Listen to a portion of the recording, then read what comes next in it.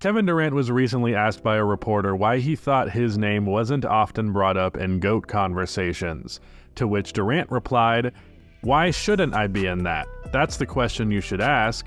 Why not? What haven't I done?" Well, Kevin, I'd like to answer that question with a question. What the hell do you mean, why shouldn't you? Is he genuinely confused? Does he just not know what the GOAT is? Or is he just really that delusional? I mean, more power to him if it's the latter. But for me, when I first heard this quote, initially I laughed, and then decided I needed to finally make a video that I have always wanted to. See, for many years now, I have labeled myself as Kevin Durant's biggest hater. I'll explain where this disdain comes from later on in this video, but because Durant has given me this truly delicious quote, it's time that I put together my magnum opus of being a hater, prove that I am truly Kevin Durant's biggest hater, define what it even means to be a hater, and explain why, in literally every way, Durant is not in the GOAT conversation.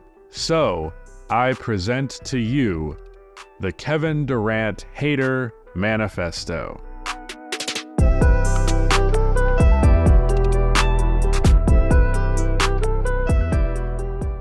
Before I get into today's video, I want to talk about our sponsor, Sleeper Fantasy. Do you consider yourself a hardcore NBA fan? Do you think that you know ball? Well, why not put that knowledge to the test with Sleeper Fantasy? Sleeper is a daily fantasy site where you can choose 2 to 8 of your favorite players from pre-game, live, or even across different sports, pick more or less in the predicted stat, and with Sleeper you can get up to 100 times payouts, which is pretty insane. For today's slate of games, I'm going to go with less on Curry's points, thinking he might not have it in him after that 60-point loss. Going for more on De'Aaron Fox's points versus Cleveland since he's got something to prove after being snubbed, and more on Okongwu's points and rebounds since he's been on a tear lately. And now is the perfect time to sign up for Sleeper because if you are a first-time user, for a limited time they are going to be matching your first deposit up to $500. Typically they only match up to $100. But if you use my code RUSTY, you can get a deposit match up to $500, so if you put $500 in, Sleeper does as well. Terms and conditions apply. See Sleeper's terms of use for further details. They are currently operational in over 25 states. Thank you to Sleeper for sponsoring this video. The reason I scoff at the suggestion of Kevin Durant being the GOAT is that I find it straight up offensive to the very concept of being the greatest of all time. I mean, when you stop to consider what it truly takes to genuinely be in the GOAT conversation, and then you take a look at Kevin Durant's resume, it's laughable just how short he falls. Don't get me wrong, he's a lot closer to the GOAT than the top 99% of NBA players who have ever played the game and ever will, but within that 1%, there is still quite a distance between where KD is and the GOAT conversation. Now, I don't think it's necessarily ridiculous for KD to suggest that he's in the convo, but that's only extending to Kevin Durant specifically. If you as a fan suggest it, then I'll laugh in your face and say that you don't know ball. There's a separation between what a player thinks of themselves and what the general perception around a player from the fans and media is. In order to be as good as Kevin Durant is, you need to have a degree of delusion about yourself. This is something that is fairly normal across the spectrum of the greatest players of all time, and even average players too. There are some humble personalities here and there, but for the most part, it's big ego after big ego after big ego. So I'm not necessarily knocking Kevin Durant there, but I will nonetheless explain why KD very much is not in the GOAT conversation. And the easiest way to do this is by creating something of a rubric to help me frame and track the conversation. Our main goal with this is to do a kind of quantifying of greatness among NBA players and presenting a flexible framework that you can adapt to your own interpretation of what it means to be great. This is not going to be an exact science, but just for the sake of making arguments throughout this video, we're going to draw some lines. Where you would draw those lines is up to you, but for me, right now, let's just go 40% resume, 40% talent, and 20% story. Having a satisfying narrative is probably on the side of things that a lot of you would write off as arbitrary. What even makes for a satisfying narrative is up to the interpretation of the individual. Maybe for you, story makes up less than 1% of your GOAT rubric. That said, I think for 90+% of NBA fans, a player having a fun and memorable through line throughout their career plays a huge part in how we actually rank them. Whether it is fair or not, objective or not, the NBA is an entertainment product, and nothing is as entertaining as a good story. Dominating the conversation with a compelling story element on top of being one of the most entertaining players in the sport is a good way to get into conversations about greatness. Think about how whenever people are talking about the top 10 players of all time, so often Tim Duncan's name is thrown in there haphazardly, followed by little conversation about his actual career, and then we just move on. That's because Duncan doesn't have a super fun career narrative, or at least that's how it's perceived. Tim Duncan's GOAT grade probably looks something like this. Hell, if we're all just lining up resumes and all-time talent side by side, Kareem Abdul-Jabbar has a pretty fucking great GOAT case, but he's less and less in that conversation as years go on, not only because of the ascension of LeBron James, but also because his NBA career was not remarkably interesting narratively. Kareem is honestly more fascinating as an individual than he was as a player. The nickname The Captain should be all the proof that you need of that. It's like he just held down the right stick on the nickname selector in my career until it landed on something random. Meanwhile, these players that do have those super satisfying career narratives get our attention and thus sit at the top of these conversations. Yes, Michael Jordan obviously accomplished an insane amount of things in his career, but can you imagine how we'd talk about him if he did that in a boring way? Sure, MJ gets all the talk and placement at the top of the GOAT conversation because of what he accomplished. But would he have been the most famous person in the world at some point if he didn't do all of those things while possessing a comical amount of aura? Let's not pretend like being cool isn't a huge factor in the love a player gets in their career and in their retirement. So while the story side of the rubric is not as concrete as the resume, it's still a part of the equation. The accolades? Much more straightforward. But they're all also contextual. Not every accolade is created equal, and each one needs to be put into its proper context for that reason to have a complete understanding of what they mean. However, in the case of KD, for many of his accolades, adding context only makes things worse for him. So for the sake of argument, let's just look at his resume at a glance, not considering any potential criticism of his accolades. Even then, you can already see that it just doesn't stack up to a handful of resumes from all-time great players. While Durant is one of the most decorated players, he is far from the most decorated. His resume alone does not get him in the GOAT conversation, so let's see if Durant's story can help bridge that gap. Drafted second overall in 2007 by the Seattle Supersonics, Durant won Rookie of the Year, averaging 20 points per game. The team would relocate and become the OKC Thunder, and in his sophomore season, he averaged 25 points per game and was fifth in total points in the NBA at just 20 years old. KD was a bucket from the start, and by year 3, he would break out into superstardom. Single year, crossover on Gay. Oh, so good! Checked by Gallinari. KD gonna rear back and win it! Thunder wins! Thunder wins! There's Ellington right at the free throw line area. KD gonna rear back, fire for three! KD for three! Fisher had a huge three-point basket with 15 and a half seconds left, and look at Durant putting on a show and runs! Durant's individual success in the early phase of his career could certainly be claimed to look like a GOAT trajectory.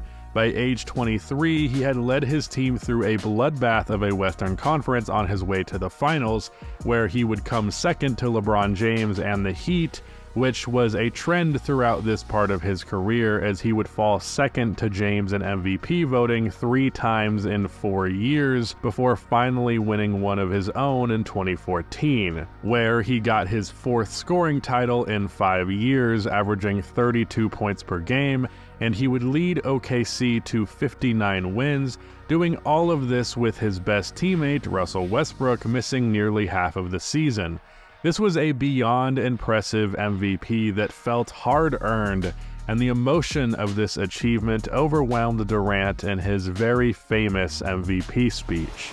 You wake me up in the middle of the night in the summer times, making me run up a hill, making me do push-ups, screaming at me from the sideline of my games at 8 or 9 years old. We wasn't supposed to be here.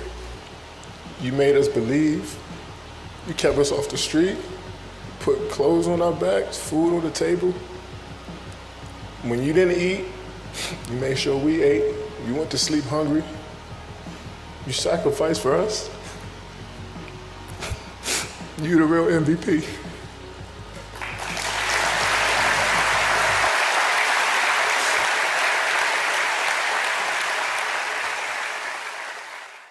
I don't care how much of a hater you are, this is an all-time great moment and really kind of just what sports are about to me.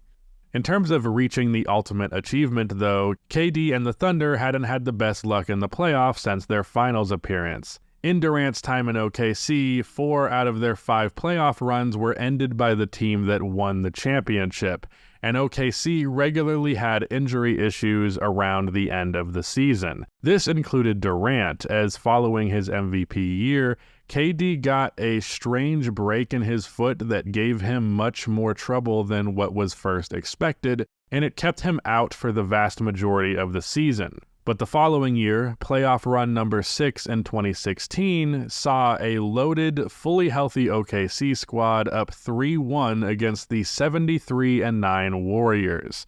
This wasn't David versus Goliath per se, more like Goliath versus a skinnier Goliath. So while Golden State was favored, there was no denying that KD had a chance to beat one of the best teams in NBA history in a 7-game series. Kevin Durant would average nearly 29-9 with 4 stocks in the first 4 games, having a chance to close out the series in Game 5 at the Oracle. He had 40 points in that game, but he also shot 12 for 31 from the field, including 3 for 11 shooting from outside, kind of getting bailed out just getting to the free throw line. But hey, that's Golden State on their home floor. Fair enough for you to lose that game. But in Game 6 in Oklahoma, not only did KD score just 29 points on even worse shooting, this time going 10 for 31 from the field and 1 for 8 from 3, on top of that, Game 6 Klay happened as he would score 41 points and hit 11 three-pointers. And then, in Game 7, with a chance of blowing a 3-1 lead on the line, KD was more efficient in this game, but only because he took 12 less shots, shooting the ball just 10 times throughout the first 3 quarters, and he did not get to the line to make up for this either, only shooting 4 free throws. So Golden State ended up winning Game 7, leaving Durant, in a way, back in second place again. KD, now entering his 10th season, had achieved quite a bit, but he still did not have an NBA title to his name. The criticisms for somebody who's been on a potential GOAT-level trajectory were starting to flare up, and with his first real chance at free agency being this offseason, questions about whether KD would stay loyal to OKC or sign with another team began to arise. Even if they were never truly a championship-level team, OKC had plenty of success, and the chemistry between him and his teammates, in particular Russell Westbrook, always seemed super high. And if he wanted to elevate his legacy in the GOAT conversation, a lot of people value being a one-team guy for the majority of your career, but Durant had other plans. He had one thing on his mind: winning, and he didn't care what it took to do that.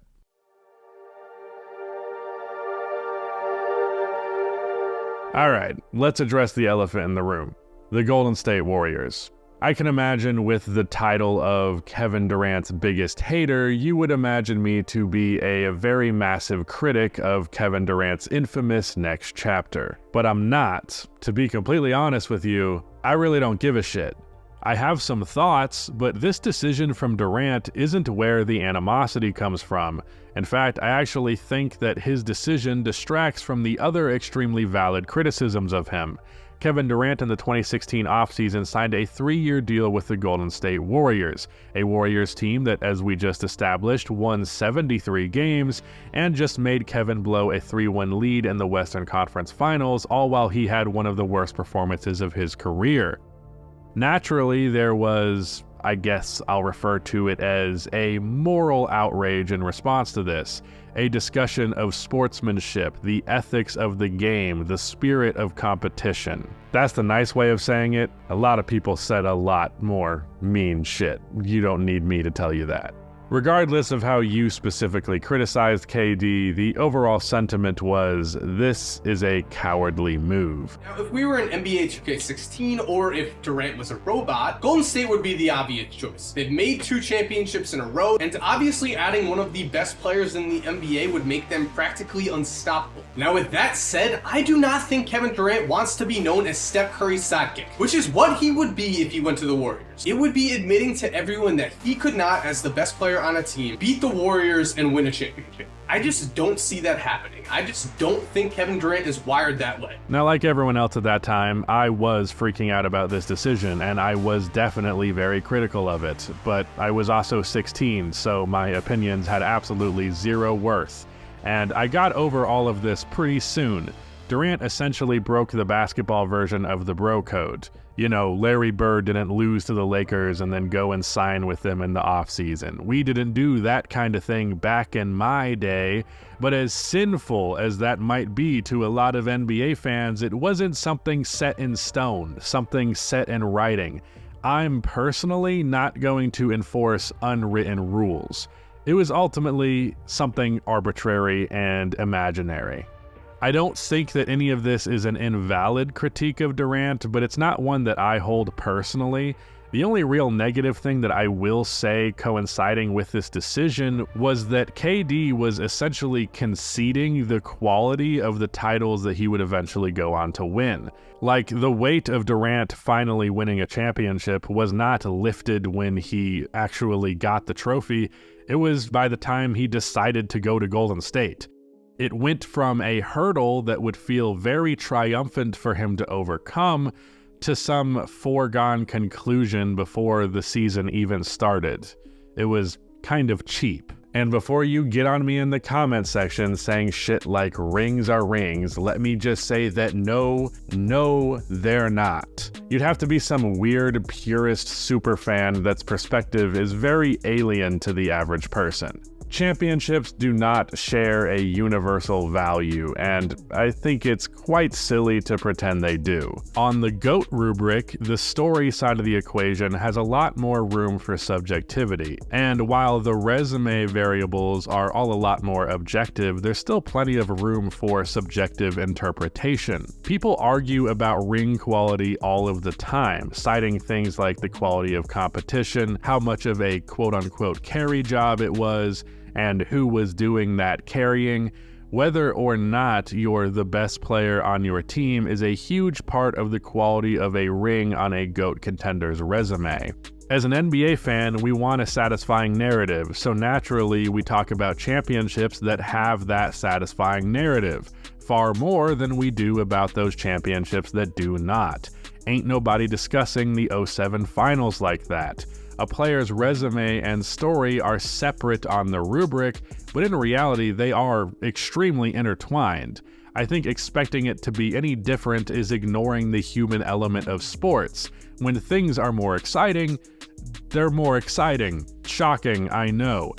And when things are more exciting, they are held in a much higher regard. Even when things weren't necessarily all that compelling for the series at large, just a few big moments are enough to bolster the reputation of a series. The 2013 finals are a great example of this. Often revered as an all-time great final series, when in reality, the majority of that series was fairly boring. Game 1 was close, but the next 4 games were all very one-sided, but Ray Allen did this, so it is revered. It has narrative weight. It has that unforgettable moment. Knowing who is going to win a series before it even starts makes those series pretty difficult to have that narrative weight or those unforgettable moments. There's an enjoyment to be found in not knowing what will happen next. This general perception around rings being more dependent on the entertainment value of a series is a double-edged sword though, because while you get the 2013 or 2011 rings that are insanely well respected, you also get the 2017 and 2018 rings, which unfortunately for Kevin Durant, are not respected much at all. But more about that later. When Durant joined the Warriors, they formed what I would consider the best team of all time. From a pure talent perspective, I don't think there is any 5-man lineup throughout the history of the NBA that is beating Steph, Klay, Iggy, Durant, and Draymond. So when you have a team that's that good, all while a lot of other franchises are more or less in a transitional phase, well, you get the 2017 Warriors, who lost exactly 1 game on their way to a championship.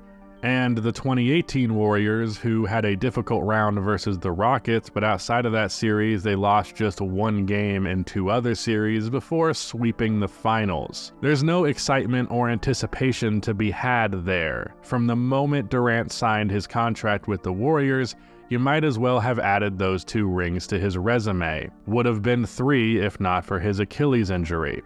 All of this said, I don't think Durant's rings are fake or don't count or anything like that, but they definitely aren't rings that deserve a ton of respect and acclaim.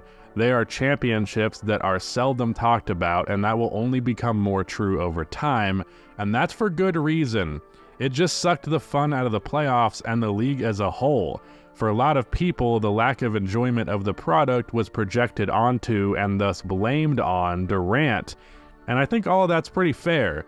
But what sucks to me most about this decision to go to Golden State is how it robbed us of the version of Durant's career where he didn't go to the Warriors, which is a version of history that I have the utmost confidence is much more compelling and likely gives Durant a better GOAT case. Ironically, in pursuit of the resume that would give him a GOAT case, KD shut himself off from ever being in those conversations. At least any serious conversations, that is. But like I said, the Warriors thing being the thing we talk about whenever we criticize Durant often ends up working in his favor, as it serves as a great distraction from everything else you can criticize him for.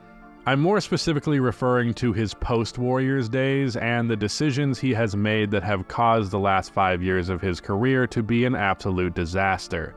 Where Durant could have and clearly sought to improve his legacy following his departure from Golden State, instead he's gone down a path of fuck-up after fuck-up. And he has nobody to blame but himself. And, like, a little bit of blame for Kyrie Irving too, but shit, that's what you get for relying on Kyrie Irving, so it's still mostly his fault. After the trauma of having to drive and kick to Andre Roberson and checking the championship box off a couple of times on his resume, Durant tried to take more control over his legacy by making sure that he had all the power over any franchise that he went to. The first franchise to suffer the misfortune of Kevin Durant's presence was the Brooklyn Nets. One of the big things that attracted KD to Brooklyn in the first place, and likely the thing that separated them from the other team in New York, was the level of control superstar players like Kevin would have over the fate of the team. The Knicks had a bigger fan base, but their executive leadership didn't jive with KD nearly to the degree that the Nets did. Brooklyn made it clear that they would bend over backwards to meet Durant's demands, so he took that opportunity to form a New York super team in Brooklyn. No, I never planned on going to the Knicks. Like, that was just the media putting that out there, especially once I decided to take that. I didn't sign a 3-year deal that previous summer. So once I signed that, was it a 2-year, 1+1, just the noise got louder around me just going to the Knicks for some reason.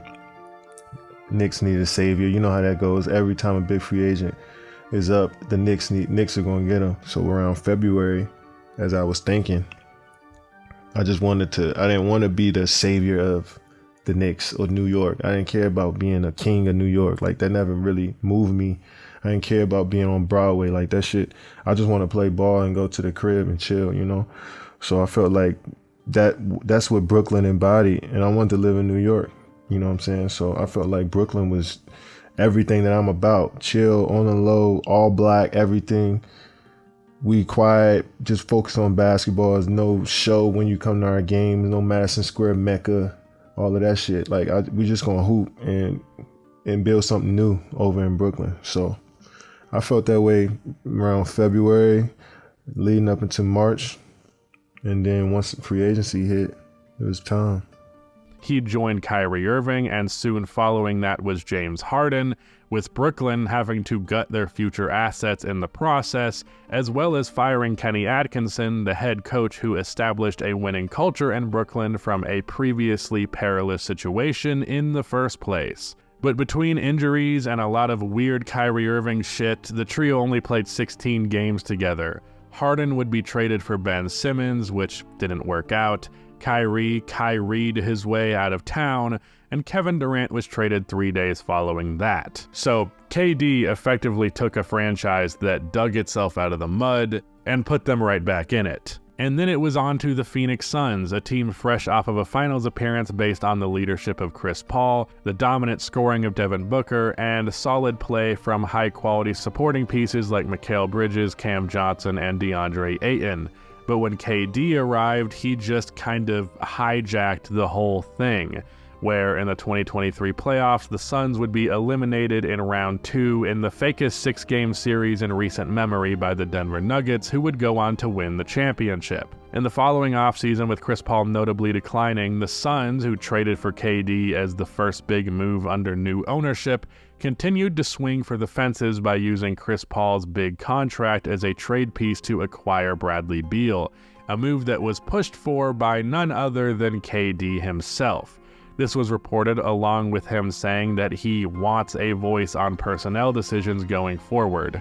Now, we're a little more than halfway through this season, and the Suns are far from a clear championship contender. Their fourth quarter offense is the worst in the NBA, their defense is mediocre, and their depth ain't all that deep. Maybe Bradley Beal will get fully healthy for the playoffs, and some of their supporting pieces will elevate their game to an unpredictable degree, but as of this moment, it looks like Kevin Durant's second attempt to form a super team on his own, rather than joining one that already existed, could be a failure just like the first. Durant is 35 years old now and starting to run out of time to add to this resume, and I personally don't think his situation in Phoenix is going to do him many favors. Kevin certainly carries himself like he's the GOAT, but because he's not, it blows up in his face. His story is unsatisfying, his resume is sparse, and that's all mostly because he got in his own way, not because he didn't have the talent. Okay, so what about talent? In my GOAT rubric, talent is 40% of the equation. So maybe KD can make up for his shortcomings in other areas with this talent. If we're looking at the field of all 5,000-ish players throughout NBA history, then you'd be hard-pressed to find many guys who are more talented than Kevin Durant. Similar to the resume thing, KD's doing better than 99% of players throughout history, but how does he hold up in comparison to those other top 1%ers? Well, a very large part of Durant's talent as a player, quite easily the largest, is his ability to get buckets. KD scores the ball as well as anybody throughout history, right? Looking at some of the top players throughout history, most people would agree that Magic Johnson, Bill Russell, and Tim Duncan are in that group.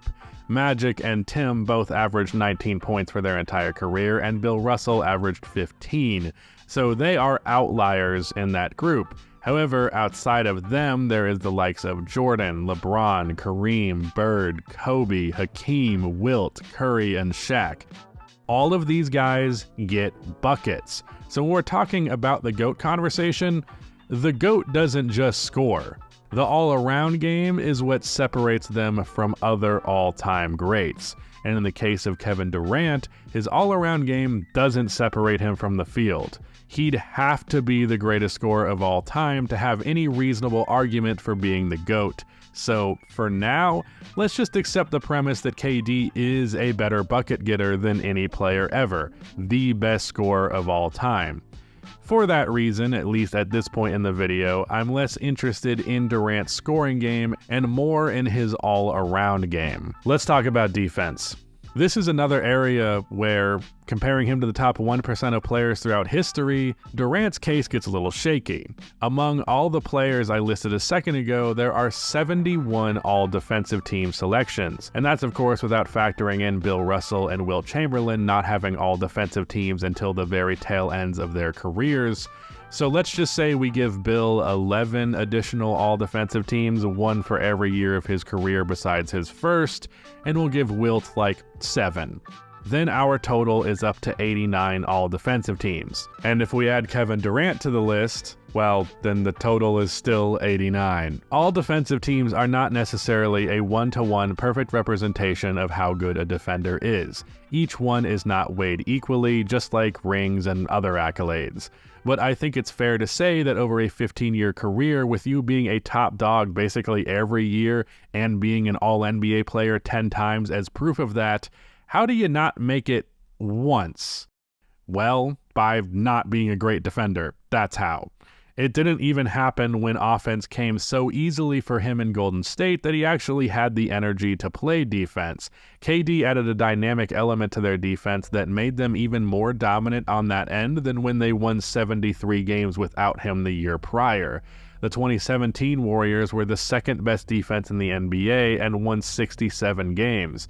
KD played the best defense of his career, and he couldn't even crack the second team. It's safe to say the guy is not exactly a remarkable defender, at least when it comes to the GOAT conversation. To be fair to Kevin, he's definitely far from a bad defender. Being as long and athletic as he is, Durant has managed to be a positive defender throughout his career. But what I am trying to get at is that he was not a great defender, and we're talking about greatness, so that's not up to the standard of the rubric. At least not unless he can make up for it in other areas, because he's not gaining any points as a defensive player here. Now, Stephen Curry and Magic Johnson don't have all defensive team selections either, so it is possible to be in this conversation without being a very strong defensive player. However, where those two shine is in their additional abilities on offense. Both of them are all-time great playmakers. Magic is the best playmaker in the history of basketball, period, and Steph is an excellent passer in his own right, all while being a much more dominant offensive system in and of himself due to his gravity.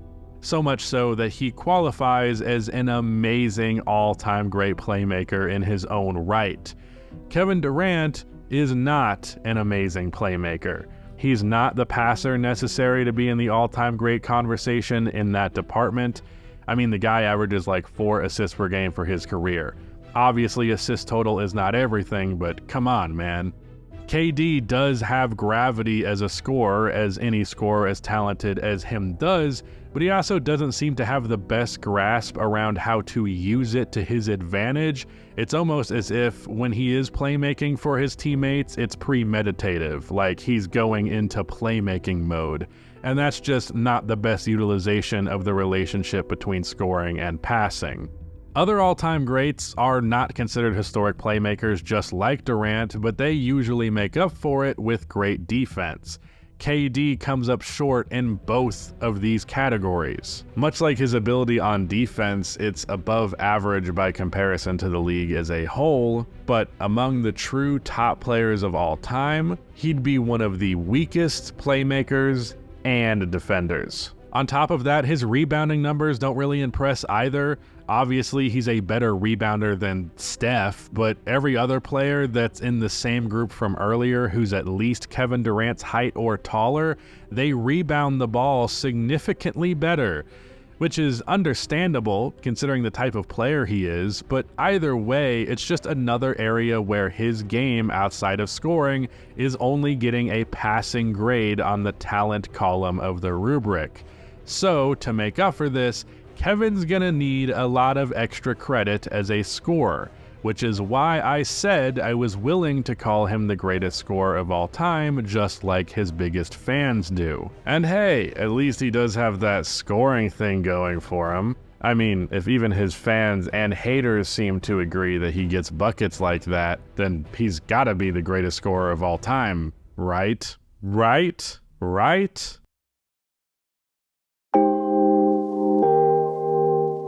The greatest scorer of all time. That is the label most commonly associated with Kevin Durant. Above all else, Kevin Durant is the king of buckets. And hey, if you're going to crown the king of buckets, I completely understand why Durant would be your pick. Especially when looking at the earlier years of his career, Durant is a dominant scorer. He won 4 scoring titles early on, and as his career progressed, he traded some of that high-volume shooting for better efficiency.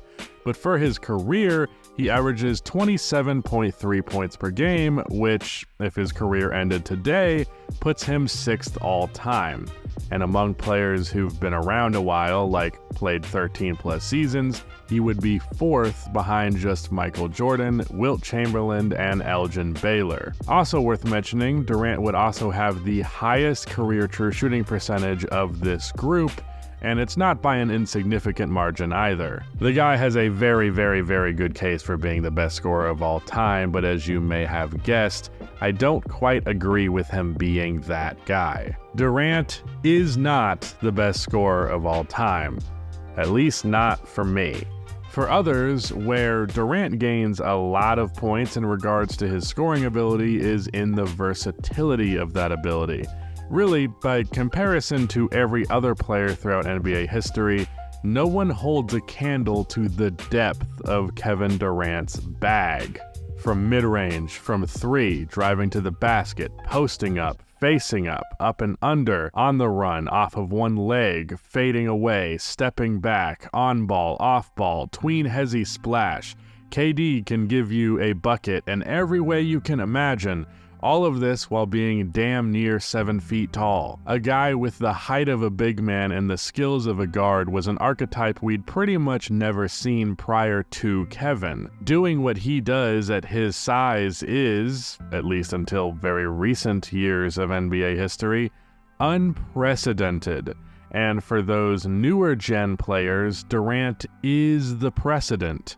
KD gets a ton of credit in this area, and rightfully so. And again, while Durant is doing all of this, he's being more efficient from the floor than many of our other top scorers throughout history. So, that's a pretty good case, but it's not the best. And when people label Durant the GOAT scorer, specifically citing the reasons I just did, I personally believe they are missing the point. Really just not understanding how scoring talent should even be evaluated. To me, who the best scorer is can be chalked up to one simple thing. If I'm a coach and I need any player to get the ball and score some points, who would I want to have that ball? Me personally, I want No, I want someone who, from a possession-to-possession basis, is most likely to score the ball. It's as simple as that. The amount of moves you have is kind of arbitrary. And in that category, especially when talking about players at their absolute peaks, there are better scorers than Kevin Durant. Let's take a look at per 100 possessions, comparing all-time great scorers in their 5-year peaks as scorers. This removes pace from the equation, but bear in mind it doesn't factor in the spacing or the defense of the era, something that is in Durant's advantage by contrast to some of the other players I'm about to list. But here it is. Durant's 5-year peak scoring-wise was 2009 to 2014. In that stretch, he won 4 scoring titles and averaged 38.7 points per 100 possessions. Now, let's look at Shaq. From 1993 to 1998, he averaged 38.4. LeBron from 2005 to 2010 averaged 39. Stephen Curry from 2015 to 2021, skipping a season where he played 5 games, averaged 40.1. James Harden from 2015 to 2020 averaged 41.8. And last but obviously not least is Michael Jordan, who from 1986 to 1991 averaged a whopping 43.1. Being able to score in every way is nice, but being able to score in a few ways but more effectively is ultimately nicer. Let's take Shaq for example. Looking back at the numbers, we see that Shaq is scoring just 0.3 less points per 100 possessions than Durant, and he's doing it on slightly worse efficiency. So for the most part, the differences in their production as scorers is negligible.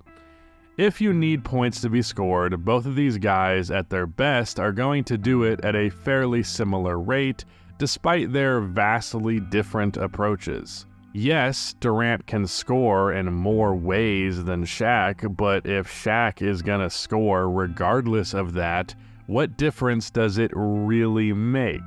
Let's say Durant hits a post fade and then drives inside for a reverse layup and then hits a crossover into a floater. And then let's say Shaq drop steps and banks in a baby hook off of the glass, and then he does that same move 2 more times. In either approach, both players end up with 6 points.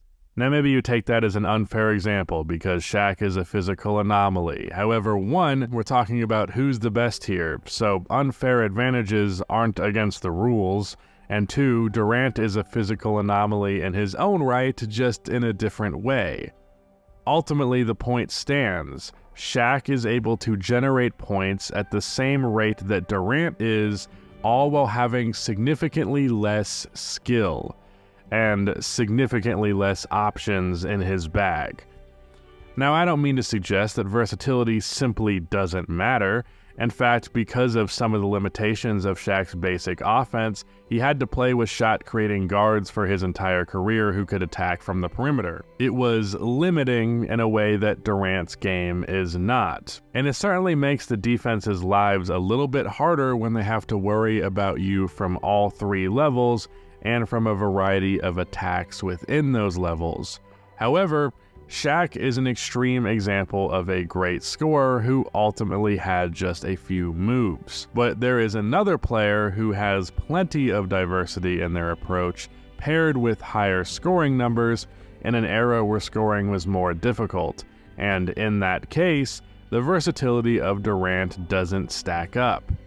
I'm of course talking about Michael Jeffrey Jordan, the actual greatest scorer of all time. Now, I know what you might be thinking. Wow, Rusty, what a bold take. You really picked a super underrated player here. But that's kind of my point. You don't need some bold or convoluted reason to say that Durant isn't the greatest scorer of all time. You literally just need one name, Michael Jordan. All he has to do to not be first place is be second place or below. I can sit here and argue for cases like LeBron James, Stephen Curry, James Harden, or up-and-coming guys like Luka Doncic or Joel Embiid, but even if none of those guys are better scorers than Kevin Durant, I know that there is at least one, and that is all that I need. Michael Jordan at his peak averages 43.1 freaking points per 100 to Durant's 38.7, 4.4 more points. Looking at their careers as a whole, Durant averages 37.2 points to Jordan's 40.4. And while yes, Durant has an edge on Mike in the efficiency column, when you take into context the late 80s, early 90s defense that he was facing and the spacing that he dealt with, I think the difference is negligible, especially when in contrast to the difference in production. So yeah, shocking take. I think the guy with 10 scoring titles is the best scorer of all time. For Kevin Durant to legitimately be in the GOAT conversation, he would need to be the best scorer of all time by a landslide, and he's just not. KD is undeniably an all-time great player, but the greatest?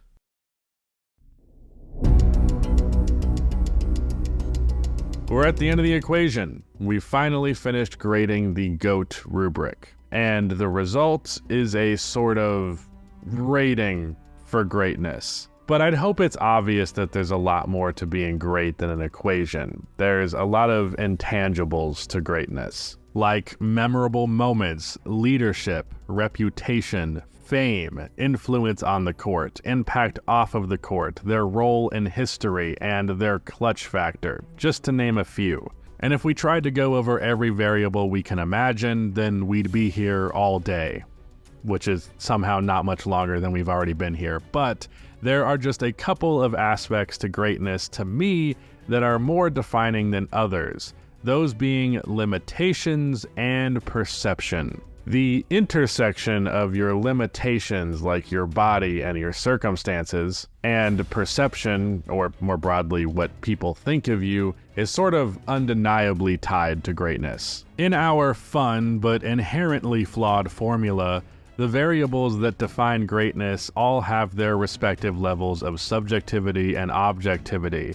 Resumes mostly speak for themselves. Achievements are absolutes with some varying degree of weight. But the other parts of the rubric, including greatness itself, are especially more relative, fluid concepts that are heavily anchored on a player's limitations. The things beyond your control often have the most to do with how you are perceived, and since we're talking about who's the greatest of all time, specifically in the context of the discourse around the topic, perception is reality. The nature of sports being a competitive spectacle makes this all the more true, and people's perceptions of a player are often based on what could be called limitations. Take, for instance, Kevin Durant versus Allen Iverson. AI is revered as an absolute, undeniable NBA legend. To be candid here, I'm not really an Iverson guy. I even made a video a while ago arguing against his greatness. But if it wasn't the general perception for people that AI is great to begin with, then I wouldn't have had any reason to make that video in the first place. Since then, I have softened my criticisms of Iverson being more sympathetic to his circumstances, but regardless, a lot of people believe AI is one of the greatest of all time. AI's resume, story, and talent are all nearly maxed out, but each with their respective shortcomings when it comes to being in the GOAT conversation. Like KD, AI is a 4-time scoring champion. Their career averages are pretty similar too, especially when you account for their different positions. They both get about 27 points, 2 stocks, and similarly semi-impressive rebound and assist averages proportional to their roles. Both have 1 MVP, 11 and 13 All-Star appearances, each winning the All-Star MVP twice. Both have won Rookie of the Year, both were in the official NBA 75 team. Hell, they even both made about the same number of shots on a possession-to-possession basis. But where Iverson's resume has gaps, KD has those boxes checked. The answer never got a ring, and KD got 2, plus a few more All-NBA teams to boot, as well as a massive lead in scoring efficiency. So while it's pretty close, KD has a better resume on paper without a doubt. But story is one part where AI has a leg up on KD, so much so that it might instill some doubt in the differences in grades of their resumes. Iverson's notorious Finals Game 1 win against the Lakers, complete with one of the most iconic moments in NBA history, has arguably done more for his legacy than both championships combined have done for KD. Even though he'd go on to lose the next 4 games to the Lakers, his legend was elevated to the heights that only all-time greats get to.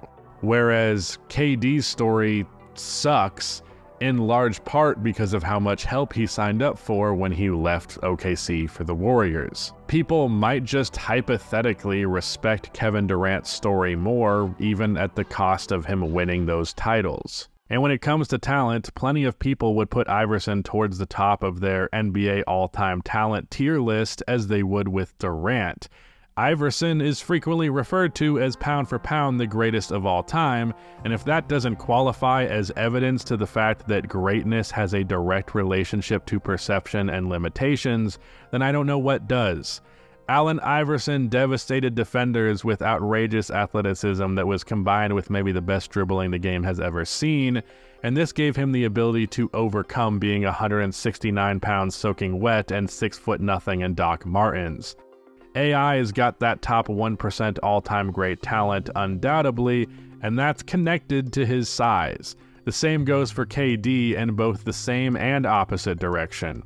See, Durant being basically a 6'10" shooting guard means that in several ways he has his own disadvantages, namely that having an Iverson-esque handle on the ball is twice as difficult when you gotta make the ball travel twice as far when dribbling. But the thing about that is KD can and did overcome this barrier. Sure, he's not Iverson, but KD's handle with the ball is elite despite his height, and that's what has unlocked Kevin Durant's ability to simply use his size and athleticism to pull up and shoot over a defender and instantly be more open than most. His disadvantage becoming a strength defined the unique archetype that'd go on to be so influential. It's not a fair comparison, but if Allen Iverson was 7 feet tall, would he not just be Kevin Durant at least? This size-related variable to their greatness equation is a prime example of how limitations and perception intersect. I can't emphasize enough how these kinds of intangibles have a lot to do with greatness. So despite KD having a better resume and more talent, AI's place on the all-time greats list is a lot closer to him than you might think just off of his story and intangibles. Iverson is undoubtedly great, literally a Hall of Fame player, but his numbers side by side with KD, while similar at a glance, just don't even come close, even when factoring in the differences in limitations. Yet, those numbers really don't matter. All it took was one game for AI to cement his status as a legend. So, when you think about it, what exactly makes Kevin Durant so legendary?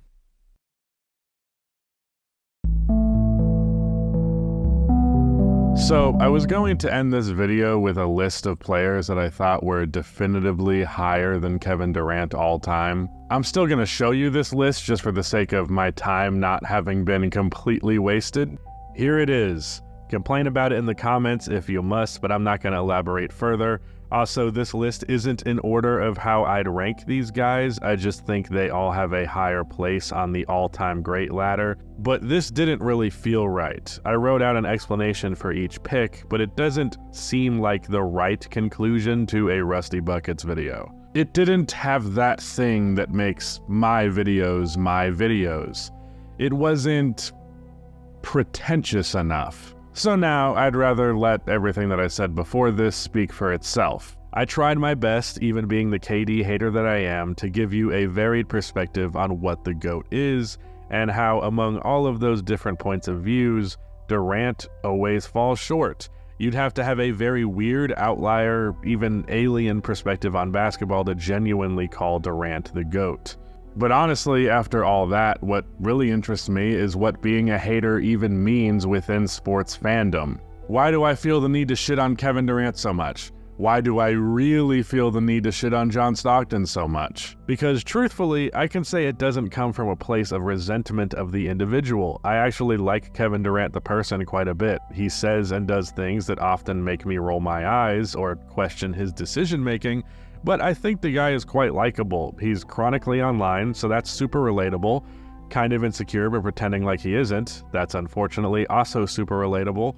Wanting to drink ScarJo's bathwater, super relatable. But at least for me, and I think most functioning members of society who also happen to partake in sports fandom, which is unfortunately a smaller number of people each day, it doesn't need to be personal. You can be a hater for just the basketball reasons. Hate probably isn't even the right word because I truthfully do not hate these people. And I think at this point the term hater has come to have a much lighter meaning to it. With the way a lot of people throw around the expression, especially for fairly arbitrary things, I don't think most of us imagine a super obsessive, over-the-top dude who's genuinely full of resentment for some individual when we think of a hater. If you genuinely harbor serious hatred for an athlete just because of a thing related to the sport, like you don't think they're a bad person, you just don't like a play they did or a decision that they made, well, you're just a fucking weirdo, man. Like,